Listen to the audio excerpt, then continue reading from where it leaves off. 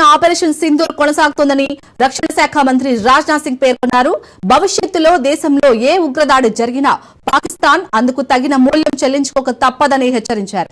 అంతర్జాతీయ యోగా దినోత్సవం సందర్భంగా జమ్మూ కాశ్మీర్లోని ఉదంపూర్లో ఆయన యోగాసనాలు వేశారు. ఆపరేషన్ సింధూర్ ఇంకా ముగియలేదని తెలిపారు. పాక్ ఇలాగే ఉగ్రవాదానికి మద్దతిస్తుంటే అందుకు ఆ దేశం అత్యంత దారుణమైన పరిణామాలను ఎదుర్కోవాల్సి ఉంటుందని హెచ్చరించారు. ఉగ్రవాదానికి వ్యతిరేకంగా ఏ చర్య తీసుకోవడానికైనా పూర్తిగా సిద్ధంగా ఉన్నామని పేర్కొన్నారు. 2016లోని సర్జికల్ స్ట్రైక్, 2019లోని వైమానిక దాడులకు కొనసాగింపే ఆపరేషన్ సింధూర్ అని ఆయన పేర్కొన్నారు.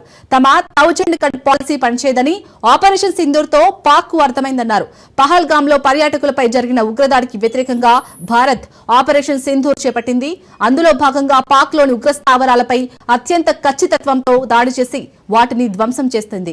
ఈ నేపథ్యంలో ఇరు దేశాల మధ్య ఉద్రిక్తతలు తీవ్రమయ్యాయి. భారత్ దాడులకు వణికిపోయిన పాక్ చివరకు కాళ్ల బేరానికి వచ్చింది. ఉగ్ర స్థావరాలను ధ్వంసం చేయాలనే లక్ష్యం నెరవేరడంతో కాల్పుల విరమణకు భారత్ సైతం అంగీకరించింది.